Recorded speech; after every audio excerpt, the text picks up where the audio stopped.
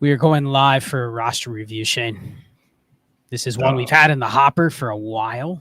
Long time now. It's been a while, and we decided, you know what? We didn't get to stream last night, so we're going to jump on here, do a roster review, jump in here for about 45 minutes or so, knock out this review, talk about these awesome hammer hats that we're sporting that Clay so graciously gave to us this past weekend at the Expo. Maybe we'll take some questions since we didn't get to get any questions or get to stream with the people last night. We'll maybe take a couple questions at the end, but the primary focus of this is going to be the roster review. This is a roster review we've had sitting in the hopper for a couple months, and we're just going to knock it out, kind of show everybody how we do it. Dynasty-Daddy.com is what helps us with our roster reviews. Shout out to Jeremy who runs Dynasty Daddy. So that's what we're going to use for the review. But Shane, talk to me about the hammer hat that you were finally able to secure over the weekend. We both have our hammer hats on. Finally got a hammer hat after years and years of asking for it, begging for it. So our dude, Clay, set up the merch store. If anyone happened to notice, I thought I put that the merch store information in the comments. Maybe I didn't. Maybe I'm not that bright. I thought I did, but if you didn't, it's right there. Just copy the HTTPs, all that stuff. I'm gonna grab it again. Give everybody the link. What I know is Mother's Day is coming up soon, so you want to get your mother or your wife some cool yoga pants that are squirt pants. Women would love that, but there's also these cool hats. I'm also ordering a Dynasty Trades at 5 hat right now. I'm going to probably make my kids wear them so they can be walking billboards. But yeah, dude, get us some hats. Get some hats, get some shirts. The t-shirts are cool. We were rocking Process Over player t-shirts this weekend. You got an Orb hoodie on. I got a hammer hat. Like I said, I'm about to rock out. Go get me a Dynasty Trades and 5. What do you call that thing? Another hat. So what's up, guys? Yeah, check out the merch store. We'll try to link it in the chat. We're terrible at actually making it technological or technology friendly on the stream. So there you go. Shane will put it in the chat so everyone can click on it or copy and paste it. But we're going to get into the roster review. So we do these roster reviews. Email roster review at dynastytradesin5.com. If you're interested, you will get a response with what the options are. Then we can talk if you have any additional questions. But we do everything on Dynasty Daddy. So today we are going to use that to do our review. We're going to talk about the team, talk about the structure. And normally what I do is I will introduce the team, the format. I will give Shane all of the quote unquote stuff you need to know. And then we do ask everybody fill out a Google form with some of the nuances to their league. So league preferences, league biases, things we need to know about the market, stuff that you probably can't fit into this screen. But if there's something we need to know about a weird rule or setting or a lottery system or something like that, we'll ask that you put it in the Google sheet. So for this one, the reason we decided to go live, Shane, is a lot of our reviews, let's be honest, we get a lot of 10-team, 1 QB, start 9. And sometimes we're kind of struggling to figure out things to say other than, hey, tear up. Go get hammers, you know what I mean? But this one I think is going to be a good one. If you're really interested in kind of thinking about how to roster construct, how to build a team, this is going to be a 12-team, 2 QB. So take that note, 2 QBs on this league. It's start 11. It's half PPR with an extra half-point tight end premium. So it's 1 PPR for tight ends with a half-point PPR for everybody else.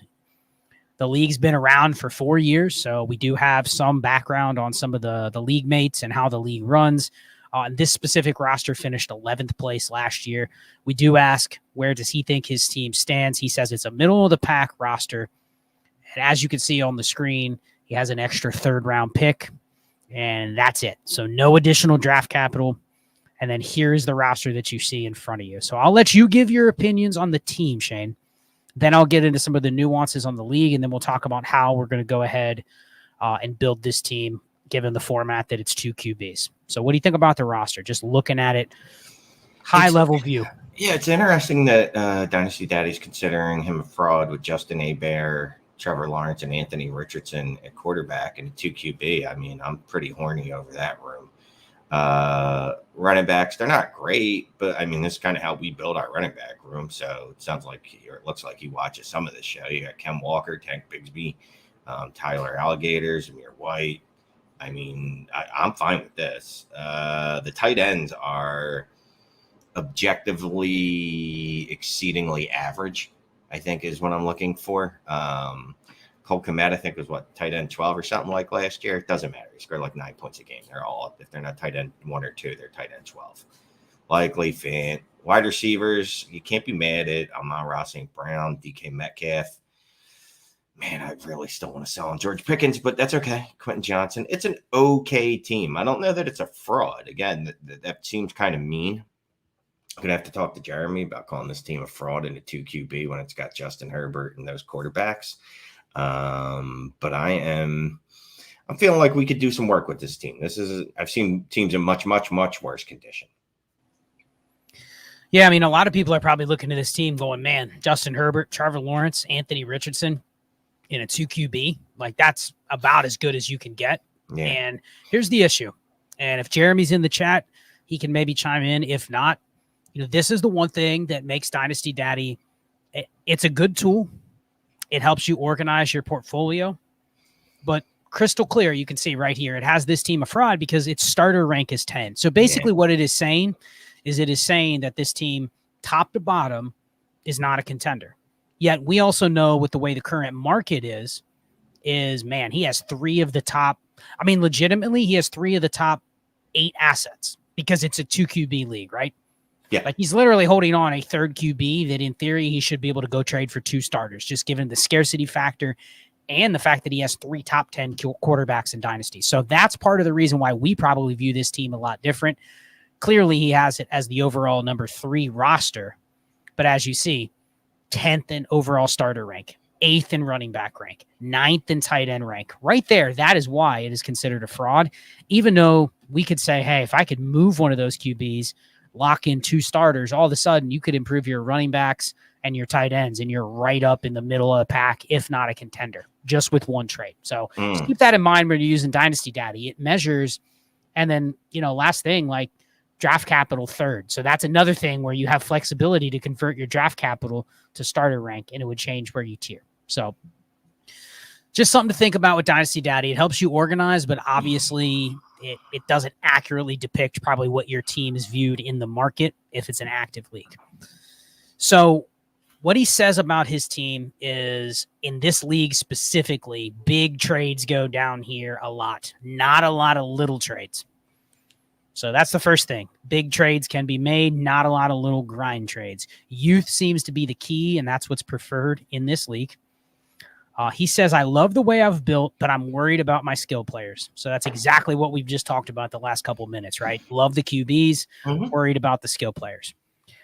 Should I move one of the 3 elite QBs, even though it's a 2 QB? So that's something we will address.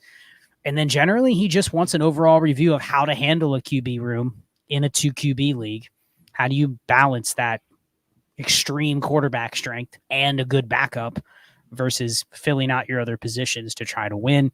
Then he also said, last thing, they switched to median scoring this year. So I'm guessing on Sleeper, that means they're playing like a doubleheader.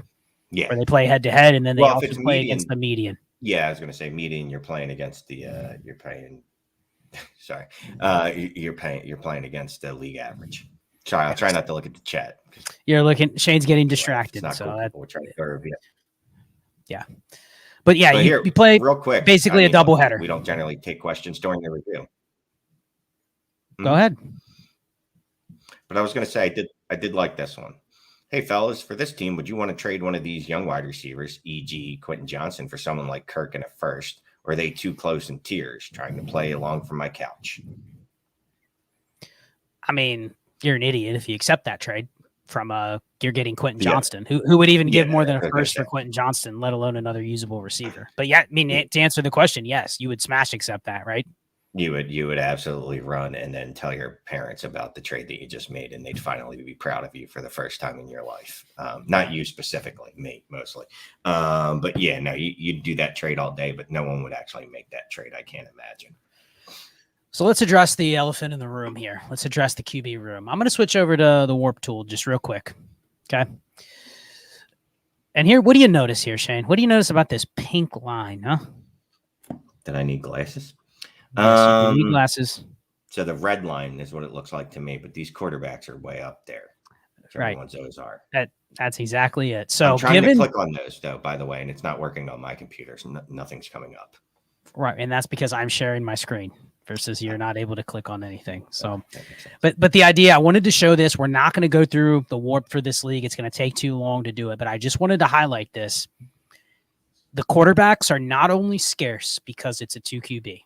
You have to start 2. You can't throw a receiver or a running back into the super flex, right? We already know that. Everyone gets that.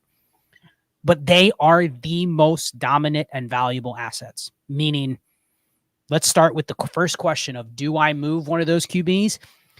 For me personally, to move one of his QBs, it's Chase or Jefferson and at least a first, if not 2 firsts. You're not probably getting that, but I am not breaking up this QB room.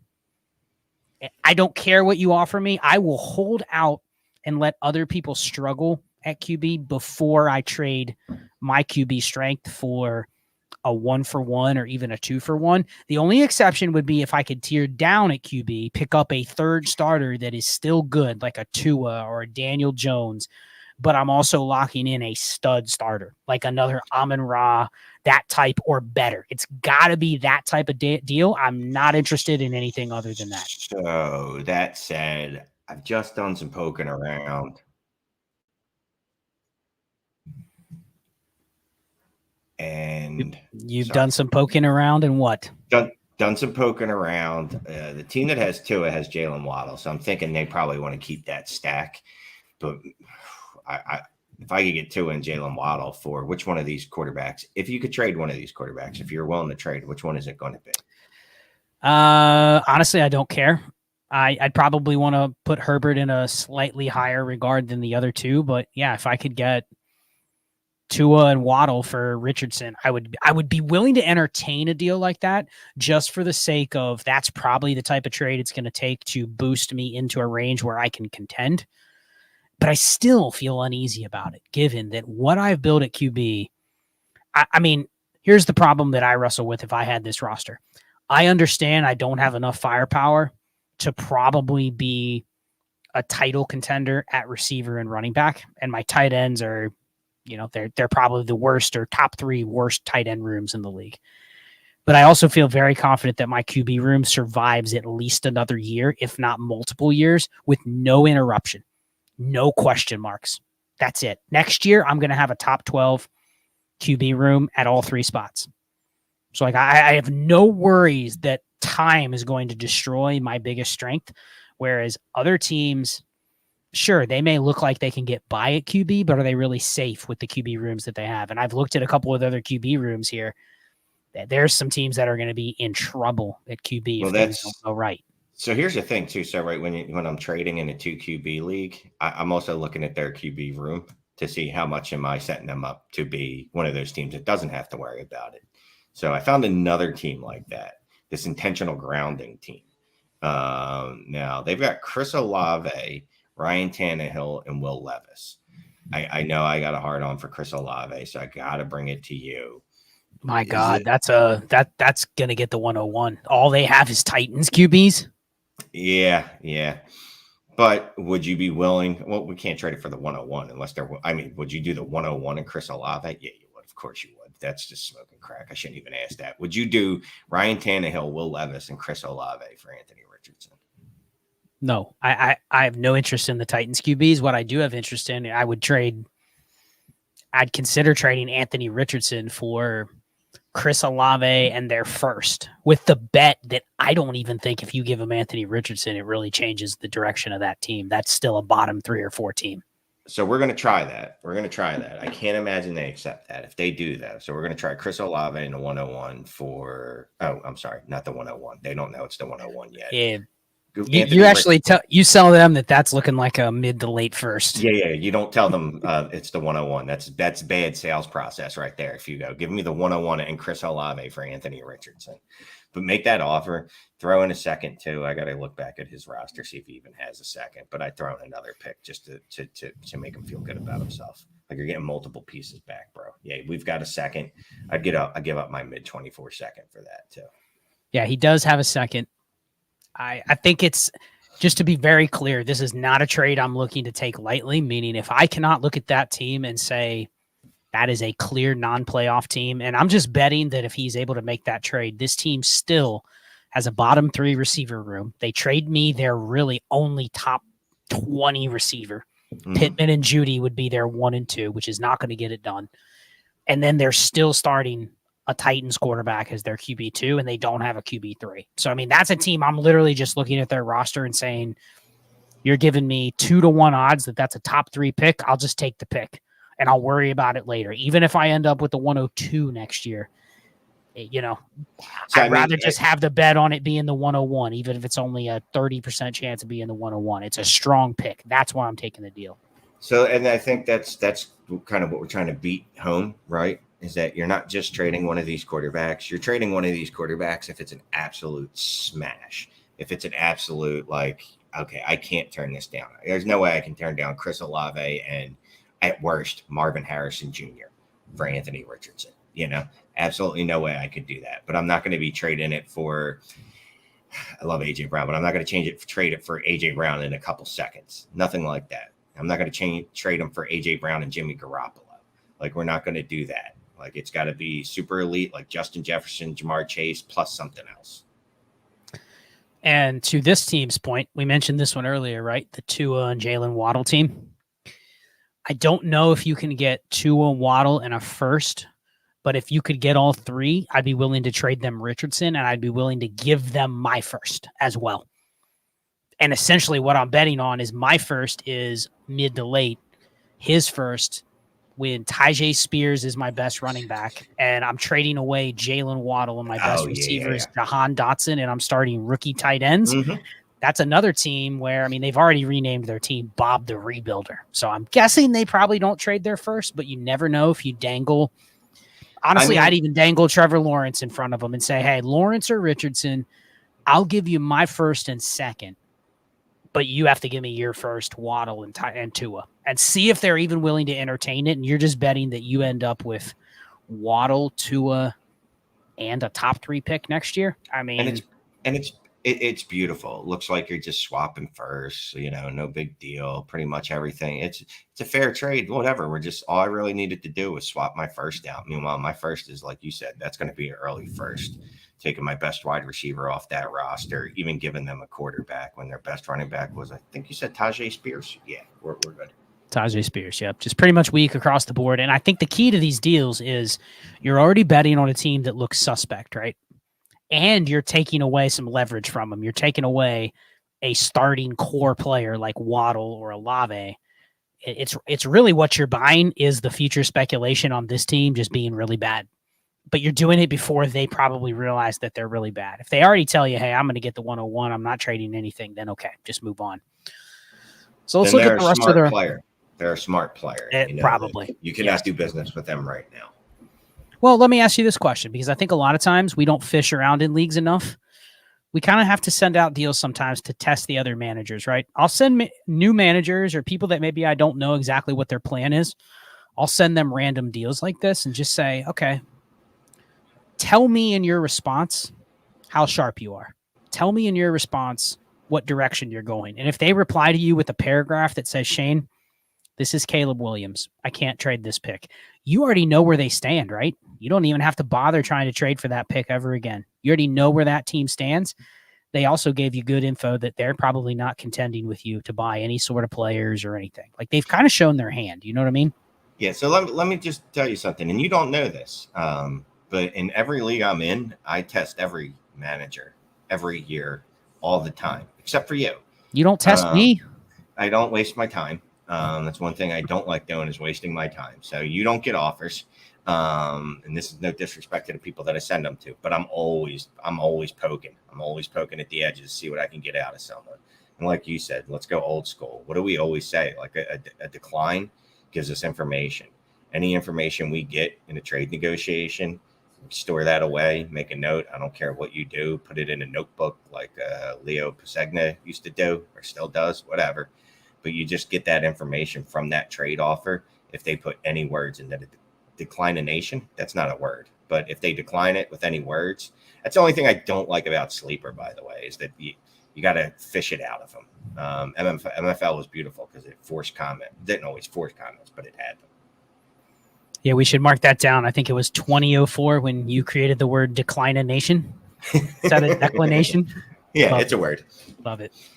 So that's the strategy with QB.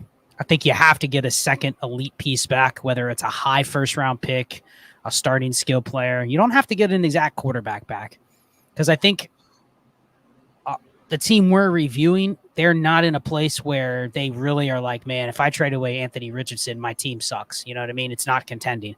I think your chances of contending here are 50-50 anyway, but if I can add extreme value and still kind of give myself some outs to potentially win if I get lucky, that's kind of where I want to go with this team. And that's true with what he said. He said he's a middle of the pack roster. So it's like the expectation isn't that I contend, but I also don't say I'm not contending. I just want to build value before the season gets here. So I wanted to bring this point up real quick. Sorry, Scott. But yeah, David, I'm sorry I left that out. A counter gives you information as well, even if it's a shitty one. Look, every trade offer and counter that you get is information. What do I always say? Like, don't get mad when you get a bad offer from someone. What that tells me is they might not know how to value players and that I might be able to get over on them.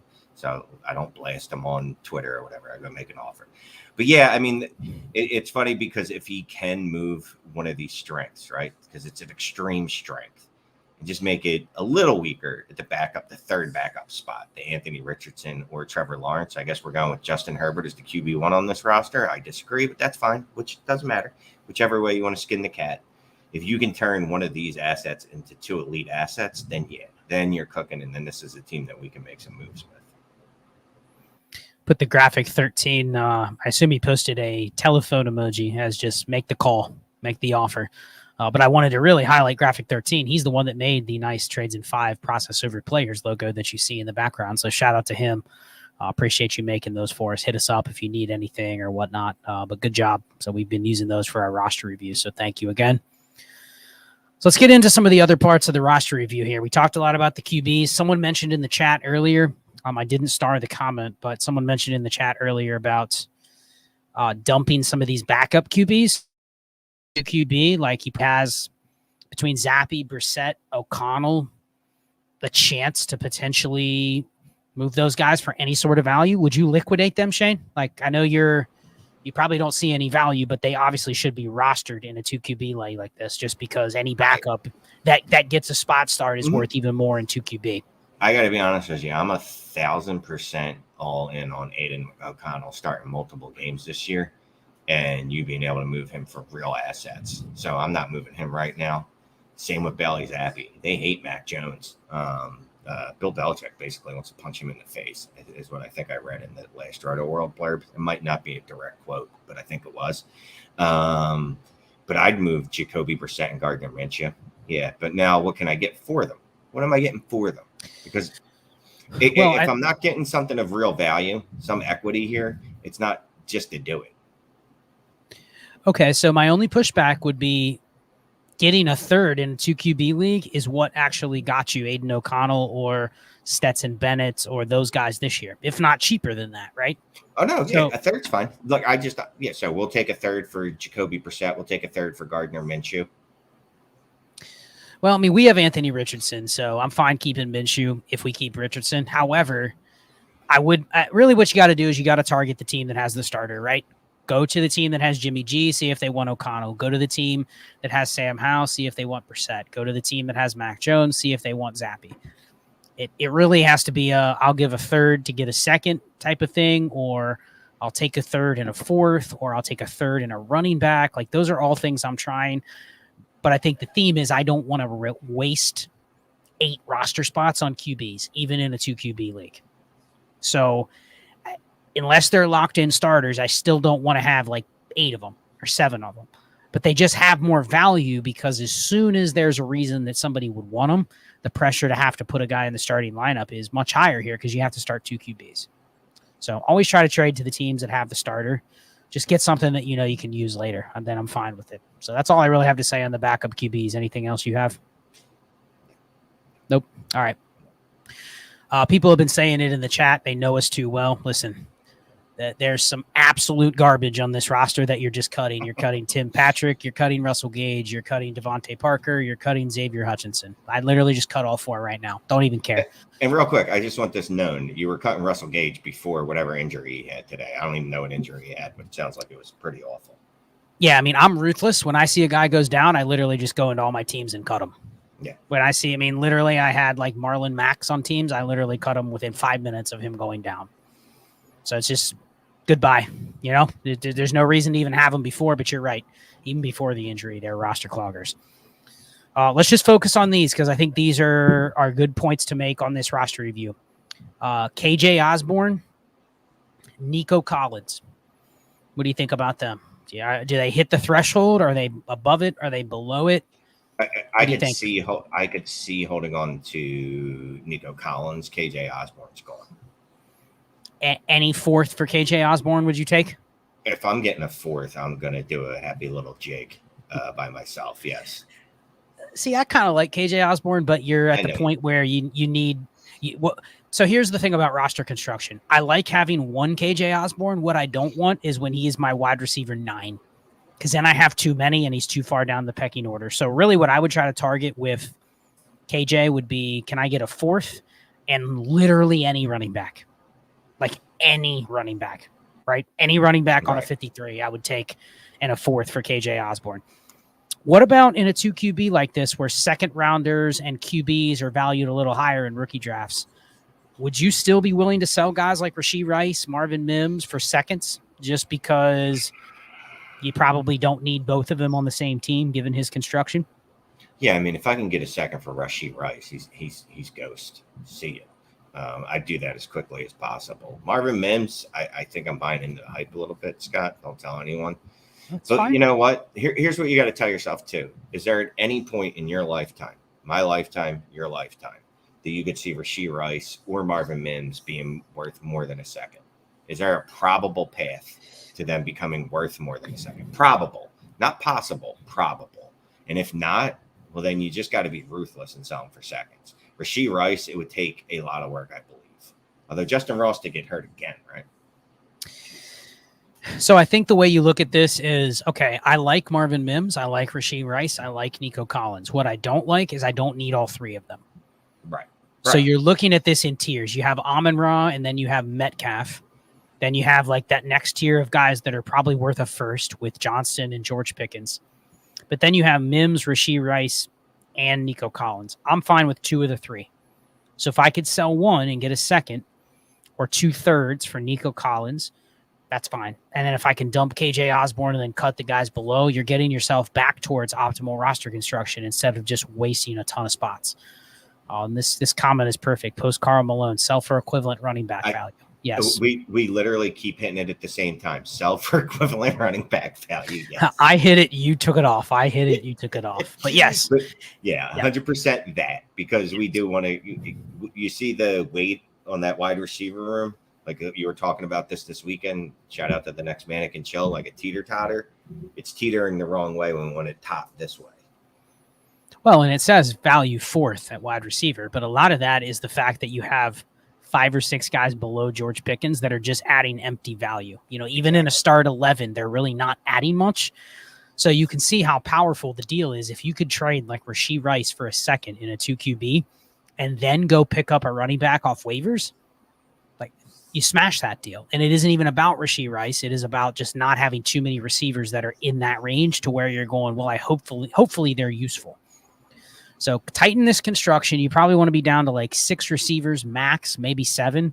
But yes, you're cutting everybody below KJ Osborne. Just literally release them and then trying to get some sort of running back plus a 4th or maybe a 3rd or something like that back for Osborne. So you want to cut the receivers down. In turn, the running back room here, Shane, We only are carrying 8 running backs. I'm fine with the ones we are carrying, but we don't have enough of them, clearly. So assuming we can add a couple after we cut some receivers, maybe we trade for one. Any other thoughts on the running back room? It feels like this is just a patchwork right now. No, that's 100% fine. I mean, what running backs are we willing to pay for in Dynasty right now? There's yeah, so I'm not going to pay a lot of money for a running back right now.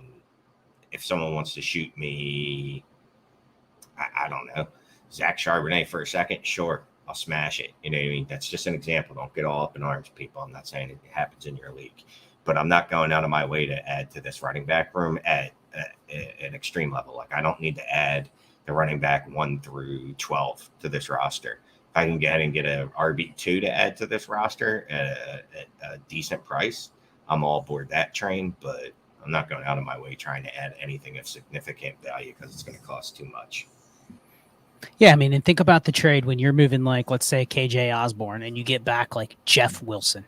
That's the most nondescript trade, but you're probably giving yourself a better shot of knowing when to start somebody for even a week or two. And it's a trade from a dynasty perspective. Somebody will go, well, Jeff Wilson's a guy he's worth a third. But you start to realize if you have somebody like Jeff Wilson, you're easily sitting there going, man, I'd much rather have him on my team than what somebody else would give him for me or what somebody else would give me in picks or in players. So I was like, if you can get those kind of deals done, that is an easy way to get rid of some of the roster clog or the fringe receivers and literally just understand you're taking a 1-year bet on a guy like Jeff Wilson, but you're trading away from a range that's really not going to burn you. Right. And if you do just get a pick, the fun part about that is that you can use that pick on whoever Jeff Wilson is during the season, whoever Raheem Mostert is during the season, whoever, it doesn't matter. There's going to be one of those dudes where you know he's getting a start 3 days before the game. It's going to be on someone's roster that's dead, and they're going to trade him to you for a third. And they're going to be like Scott. Like, what does Scott do? He just puts up the auto accept. Any third for Bob Smith, who's starting this week, who needs a spot start. First one come, first serve. Well, and that's the power of being able to get those deals where you get a pick and then you free up a roster spot and you go add another player. Like that's the ultimate move when you have some of these fringe receivers. So continue to move forth with that. I want to see at least a dozen running backs on this team, if not more. Like any roster spot that's inefficient, backup quarterbacks, clogger receivers, those need to turn into running backs and just continue to cycle them through off waivers. Let's look at the tight ends here. This is a really weak tight end room here. We don't even have one that I can probably project to be top 20, maybe Cole Kmet. No, look, I think you have several top 20 tight ends. I think, two's not several, right? 2 is 2. Who's the other one? Noah Fant. I think these guys could firmly be 18 and 19, 16 and 20. I definitely think that's in the range of outcomes. Yeah, unfortunately, got to reload the work. Come on, work. If you look at the tight end distribution, especially in a 2QB, once you get to Noah Fant and Cole Kmet range, it's pretty much like the power is having both of them together. They're really guys that I would almost just bank on being replacement level. So yeah, someone put it in the chat if you want to throw that comment up there. I'd actually be fine just gutting this tight end room and going even cheaper because this tight end room is really kind of like fake value. All these guys have some dynasty value because of their name or their situation. But like you're probably getting 80 to 90% of this tight end room by trading them for anything and picking up the ones that are on waivers. And it sucks. Your tight end's going to be terrible, but it's already nothing, not very good. It's nothing right now. And sometimes we don't bring that up, the actual production value of the player, right? But the production value of these players is absolutely makes no difference. If these two showed up on the warp, they'd be all like within a whole conglomerate of jelly of a bunch of other dudes because they just don't make a difference. They don't matter in any way whatsoever. So yeah, Carl Malone is 100% correct. If I could trade any of those tight ends for a second, they're gone. I don't care. I'd roster no tight ends if I had to. Well, I'd probably pick one. Yeah, I mean that's really it. This is one of those formats. It's a format where the tight end position just doesn't really matter, and you're holding guys with name value only. I'm going to load the team back up in the warp graph just so we can see it. So it's the Beeve, and it is this team right here. Fun team name, right, Shane? The Fucknut Invitational. That is offensive, sir. Let's see, what color is tight end? It's the yellow. Yeah, so you're in. Here's Noah Fant. Noah Fant last year. Let's see if we can find Cole Kmet. Cole Kmet, top here. 12, baby. But just look at how flat it is, right? I know. I was joking. I made the point at the Dynasty panel this week that there were, I think, like 12 tight ends within a point of each other. Something like 9 and 11 points. There's maybe not that many, but there was a good bit of them. Well, and even this curve is a little bit different because it is a half PPR with a 1.0 premium. So the tight end premium actually matters a little bit more here because it's double what the PPR is, but it's still not enough when you're down in this range to really even care. So just the example in the chat was, can I trade Cole Kmet, who was tight end 12 in Warp last year, for a second and probably go pick up somebody in here? Whoever's available, whoever literally is the tight end of the week that you can throw in there that's a backup that could get, a touchdown randomly. You're just going to have to ride whatever bad tight end you have. But the point is you're not getting much for the ones you have right now, but they have dynasty value, and the ones you pick up off waivers don't. These dudes are they'll give you 1 or 2 spike weeks, and you'll think that for some reason that like, oh, maybe they're good. And they're not. They're not. Yes. They're not going to matter in the long run. Yes. And that hurts me. Although I'll say this, if you want to hold on to any of them, it's going to be Noah Fant, because that dude was an absolute monster in college, and he's an athletic marvel. And he's still only 25, and he's been in the league 4 years. But that means you have to get rid of Cole Kmet and Isaiah Likely. Well, I mean, listen, you can keep the tight end room as it is. You're just not getting anything from it. So it's really just 3 tight ends on paper. So I think we just talked about gut the tight end room. If there's any value because of the names, I'm willing to just start over and go and just get whoever's cheaper. And next year I probably have a big hole at tight end, but I don't care. I'd rather do that and get the value that I can and store it in the form of draft picks. So, all right. Final thoughts on this team. It is a middling team. Clearly we have a strength at quarterback where I think it starts with, if this person gets back to us and says they have a deal lined up to totally change their construction, meaning like they get an awesome deal involving one of the QBs, it totally changes how we're looking at it. But other than that, I'm pretty much I'm riding these 3 QBs out and trying to kind of shift my construction to where it gives me the best chance this year to win, but also build next year with a couple extra seconds, a couple extra thirds. Worst case scenario, I go into that 2024 season with 3 top 10 QBs. And all I have to do is fill in running back and get a couple extra receivers, and I'm right back in the mix contending next year. That's my plan. Thoughts? Finally. Yeah, real quick. A couple people have asked how they get a roster review. YouTube was like banning my comments. I put this in here like 6 times before it actually showed up. So if anyone can see that it's right there. Roster review at dynastytradesin5.com. Roster review at dynastytradesin5.com. So I clearly wasn't listening to you because I was thinking about pimping out roster reviews. Give me the brief synopsis of what question you asked me. Man, life with recording with Shane every single day. It's glorious. No, I just said I'm sticking with the plan unless I can get the home run deal at the beginning with the QBs. Otherwise, I'm rolling into next year with these 3 QBs.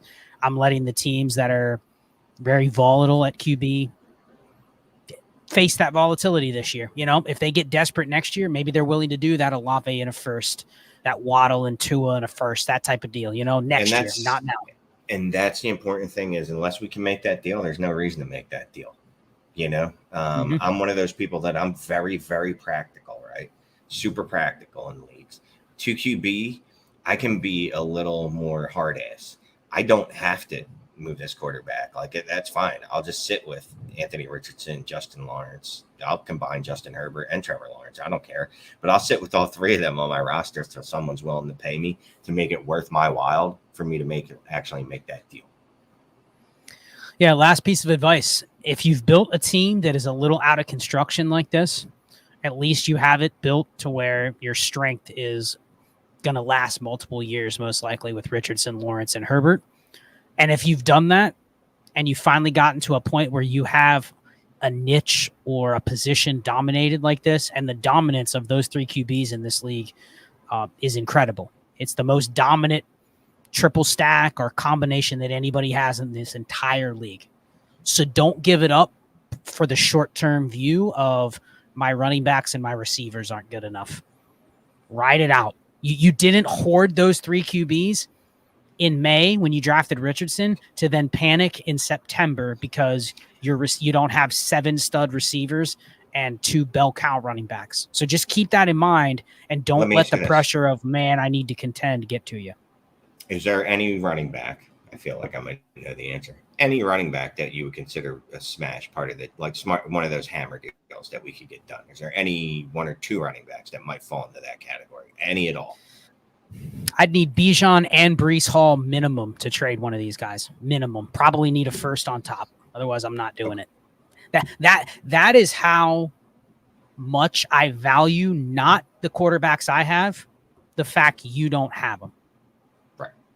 Now, if I had Deshaun Watson or Justin Fields or Dak Prescott as one of my QBs, I wouldn't feel the same because I think there is a small level of risk with one of those guys, right? To where if someone goes, yeah, I'm not overpaying for Dak Prescott because next year he could be QB 16. And they're 1,000% right. They're correct. They're putting it back on me to make the decision. I feel so confidently about these 3 QBs surviving at their value, if not going up to next year. I'm in no rush to destroy that advantage, not in the short term. So we'll just leave it at that. We had some questions. We're going to go with 2 of them here first. Drew asked this. We're going to sign off here in a couple minutes. So if anybody has any last-minute questions, hit us up. But Drew put Patrick Mahomes or Anthony Richardson in 2 firsts. In this format, I don't know if he means this format or in general, but let's go with Superflex, not this format. What do you think on this deal, Shane? Would you sell Mahomes for that, or is it too much risk? Those 24 first, they have to look like they're both 105 and better. What if one looks like it's top 3, but the other one is just random, probably playoffs?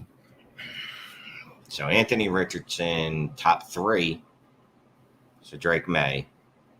The rest of my roster is going to have to be absolutely awful for me to take that risk. It's really going to have to be bad.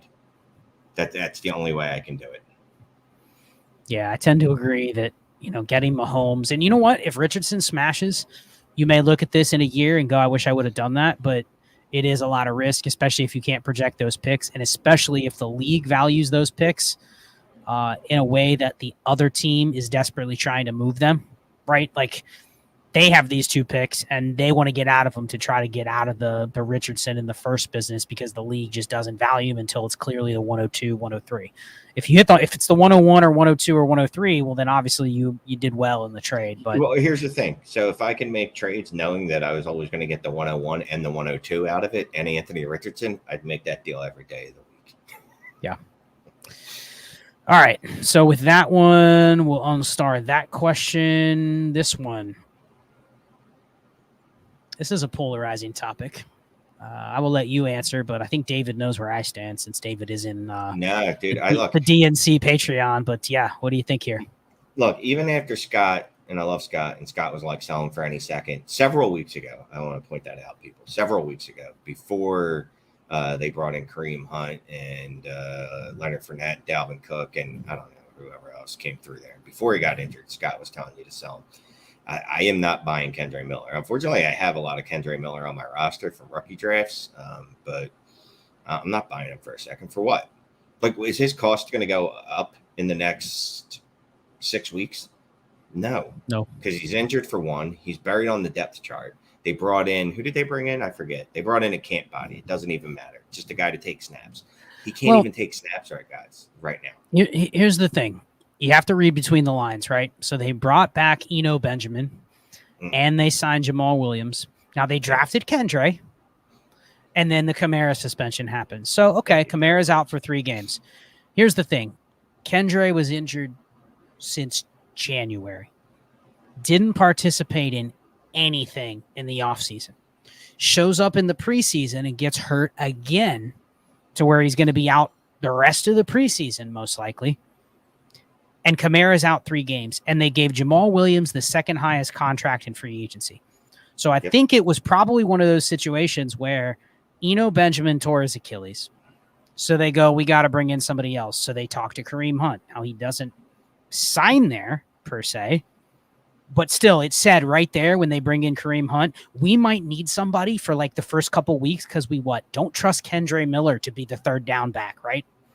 Pass protection, whatever it might be. So then he gets hurt. They don't sign Kareem Hunt, but you're going, okay, if he's back by week 1, maybe he gets a shot. You saw people out there on Twitter going, oh, man, can't wait. Kendre is going to have a chance to steal the job the first 3 weeks, Shane. He's going to be so good they can't keep him off the field. Reality is the Saints are probably going, we can't trust this dude to even be out there the first couple games because he's a rookie. He hasn't played football since January. Yeah. He got in briefly in the preseason and then got hurt again. Yeah. So then they signed Darrell Williams. Is Darrell Williams any good? No. But you know what? I bet you if Darrell Williams makes the team, there's a chance they trust him to go out there and protect Derek Carr on third down early in the season before Kendre Miller, or at least at the same pace. And then Kamara's back. So people think I don't like Kendre Miller. All I'm looking at is, you know who Kendre Miller is next year, Shane? Zamir White, Hassan Haskins, any of these running backs that didn't make it in year 1, as long as they are the backup in year 2 or they're on the depth chart, he'll be a guy we will want next year. Isaiah Spiller, Kyron Williams, all these guys. But you know what? Are those guys worth seconds, or are they probably more worth like thirds/roster spots? So that's why I said at the beginning, even before the Kareem Hunt stuff, before the Kamara suspension was announced, take a second because you're going to be able to build back up Kendre Miller shares in the offseason, especially if he only gets 35 touches this year, Shane. Let's give him the benefit. Let's say 50 touches. You can probably buy for a third, right, next year, because people will be moving on to the next that's the thing. And shiniest running back. There's absolutely no reason to pay a second for him. You're not going to have to pay any more than that at any point in the season. You're just not going to have to. There's there's possible and probable. Is there a probable path to him accruing so much value that you're going to have to pay it first between now and next season for him? No. Yep. Right. And Fly Meat One makes a good comment that next year Kendre will be 21. So people will be citing, he's still 21, 22. He's still young. The reality is I don't care about talent at running back. I don't care about age. I care about opportunity right now, unless you are a high end asset. So basically what I'm saying is it is a sucker move to go and say, I'm buying Kendre. But Shane, are you buying... Let's see. Are you buying Roschon Johnson for a second? Me? Yeah. No. Okay. Who actually has a better shot this year if Shane disappears? Roschon. Shane, who exactly. So the point is you just don't want to build a team around speculating on a guy like Kendre simply based on talent profile unless you acknowledge you're doing it. If you just tell me, hey, I watch film, Kendre Miller's still an awesome running back, I'll buy for a second all day, fine. But just understand that is a player take. That is not a process take. That's why we're saying if you can get a second, you probably have a good shot to buy similar type running backs next year for a third. So let's see. Last question we had, then we'll get out of here. Aaron Dawson. Shane, did you start this one? Inbox trade, a 1 QB? Because he said inbox. He said inbox. Help him out. He tricked me. Inbox trade, 1 QB, start 9, 0.5 PPR. T and Deshaun Watson for Henry and Mahomes. What Henry do we think this is? Probably not Hunter. So I would guess it's Derek, and it is a Derek Henry, Patrick Mahomes smash. Or that Derek Henry Mahomes, not even close. Yeah. Like, you just go get Mahomes. Like, he's one of the, when we talk about 1 QB leagues, we're always talking about running quarterbacks and then plus Mahomes because he's a freak of nature. You know what I mean? Like, he's going to put up 5,000 yards and 45 touchdowns. So he doesn't even need to run for 800 yards to put up those Konami code numbers. So, yeah, that's Henry and Mahomes. But, dude, don't trick me with the time for an inbox trade when it's a 1 QB. No disrespect. You like playing in 1 QB, you do it. But get in some Superflex. They're fun.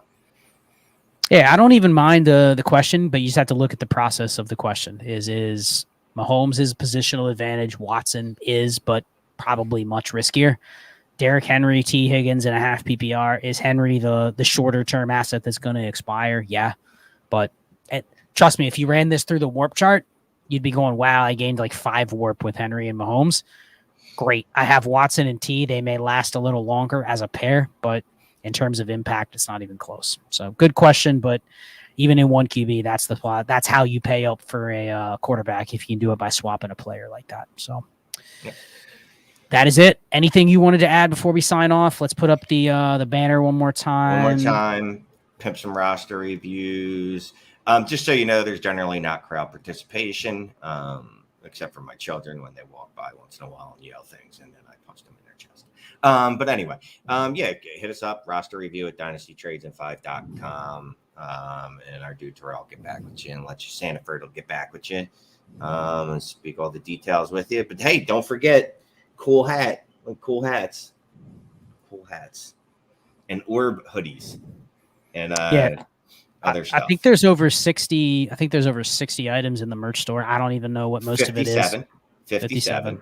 There's all types of squirt gear, there's hammer gears, process over players.